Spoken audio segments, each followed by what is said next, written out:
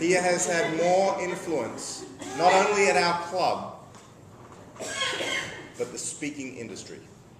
With a speech entitled, "Lost Time is Never Found," please help me welcome Robert Goodall.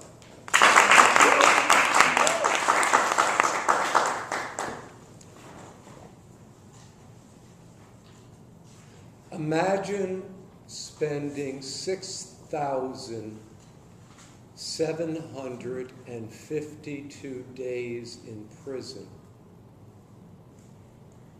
for a crime you never committed. Mr. Toastmaster, fellow Rough Riders, and welcome guests. Randy and I, Randy is my wife and business partner, are part of the Innocence Project, where we coach exonerees about their ordeal. Fernando Bermudez, we spoke to last week. He was in jail for 18 and a half years for a crime he never committed. He was innocent. New York Times did a big expose about 6 months ago. And we're helping him to shape his presentation so that tell a short story and make a point. It's unimaginable, some of the stuff he spoke about. Last 6.5 years in Sing Sing prison. Imagine waking up every day, you're innocent. At 18 years old, he was arrested, charged for murder. Crime committed in somewhere in the village. A 16-year-old kid was shot in a bar. 5 people looked at a mugshot, and later on it came out that they were coerced by police and district attorney.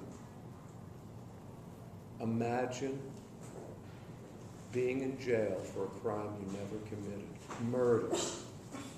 So my question to him was, how? How do you keep going? And he talked about his beyond rage. How many push-ups he did in the beginning of his imprisonment. 1,000 a day he worked up to. 1,000 sit-ups a day.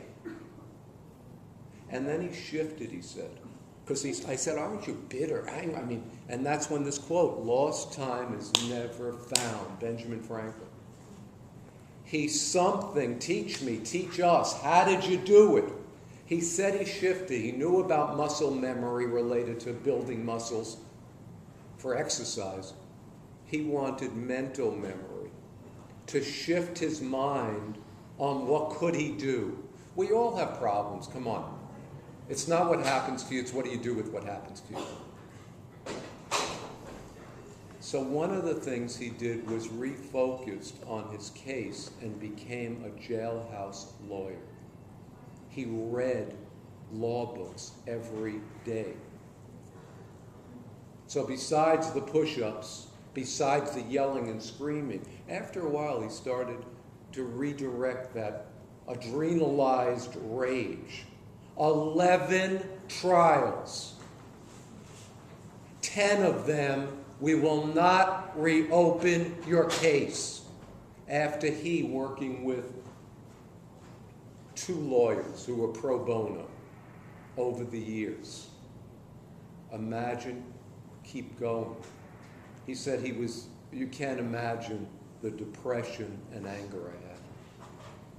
Which I can, but I've had depression, I've had anger, all of you have. What else did you do? He said the quote, "Lost time is never found," was my mantra. Somebody, through all the times in jail, somebody from the Times about 5 years ago or 8 years ago wrote an article about him that some woman read, Crystal her name is, and started writing to him. And after a year of writing, they met. And after a year of her coming back and forth, they got married. In prison. He was still in prison. And they have 2 children. It's beyond. Lost time is never found. He redirected his anger to doing, what can I do? He's, by the way, most of the people in the Innocence Project get out because of DNA evidence. In New York State, 2 people, he's the second, of all the history, have gotten out on evidence. Coercion, he stayed with it. To reach that he was let go in November, after 18 and a half years. So we're helping him to shape this, to tighten it, to teach it could happen to anybody. Work on yourself, he said. Lost time never is. I built up strong muscles, but the major muscle I built up was between my ears. That I have to keep going. That I have to do something. Otherwise, I would really go insane. And I asked him to flesh it out more, which we're going to be working on. So let me leave you with this. Lost time is never found. Sometimes we just have to let it go, and what can we do going forward? 6,752 days in prison. We're all in our own prison. We don't have to be. Lost time never is. Mr. Toastmaster.